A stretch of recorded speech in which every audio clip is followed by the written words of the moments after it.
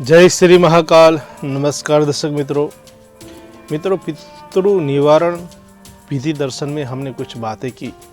आज हम विशेष जो बातें लेकर आए हैं वह है मातृ पितृ दोष। हमारे जीवन में कई कबार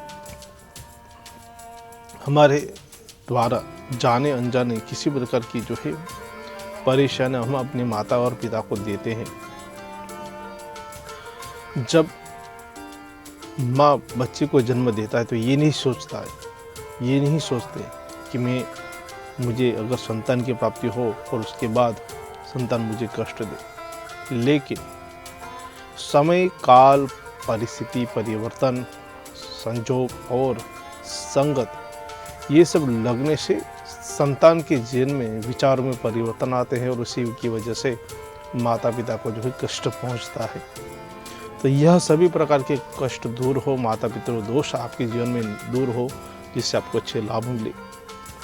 जब हम अपने पग भर हो जाए, हम मेहनत करने लगे, आगे बढ़ने लगे, तब हम अपने माता पिता के बारे में नहीं सोचते, सिर्फ अपने स्वार्थ के ही बारे में सोचते हैं। लेकिन याद रखिएगा कि जिस दिन समस्त संसार में अपनी निजी स्वास्थ्य को छोड़कर अपनी माता पिता की सेवा में आप लगे, आगे बढ़े और उसके अलावा आपके जीवन में किसी भी प्रकार की सोच न हो, तो समझ लीजिए कि उस दिन सतयुग की शुरुआत हो गई, समझ लीजिएगा। अभी कली काल में यह सब चीज़ें जो है हो नहीं सकती, लेकिन अगर ऐसा प्रयत्न करेंगे तो अवश्य आपको अच्छे लाभ मिले। सबसे पहले माता पितृ दोष निवारण के लिए आपको क्या करना है कि आपको क्या घर पे जो है जब भी पितृपक्ष आता है, पितृ की तिथि आते हैं, तो उस दिन सांवत्सरिक श्राद्ध होना जरूरी है। या फिर अगर आप तीर्थ क्षेत्र में दर्शन के लिए जा रहे हैं, घूमने के लिए जा रहे हैं, कोई यात्रा कर रहे हैं, तो वहाँ पे तीर्थ श्राद्ध होना जरूरी है। तीर्थ श्राद्ध करने से, वहाँ पे पिंडदान करने से विशेष लाभ मिलता है। अगर आपके माता पिता जीवित हैं, आपके साथ रहते हैं, तो उनकी सेवा विशेष लाभदायी बनती है।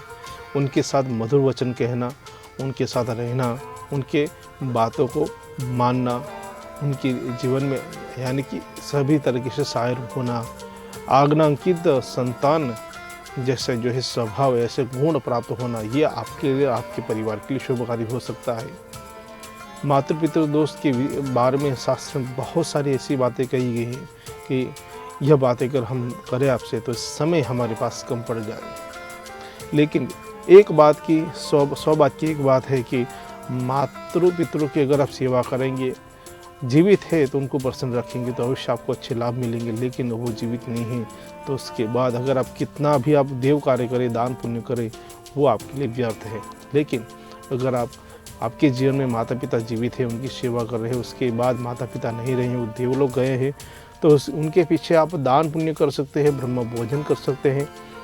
शास्त्र में ये भी कहा गया है कि जब आपके माता पिता की किसी पुण्य तिथि आती है तो उस दिन आपको ब्रह्म भोजन करवाना, दान धर्म करना, सयादान करना विशेष लाभदायी बनता है। तो इस तरीके से उपाय करने से माता पितृ दोष में मुक्ति मिले और आपकी सभी मनोकामना पूर्ण हो और घर परिवार में सुख शांति भरा माहौल प्राप्त हो। तो ऐसे ही शुभ बातों को लेकर मैं फिर से हाजिर होऊंगा। मुझे दीजिए अनुमति। जय श्री महाकाल।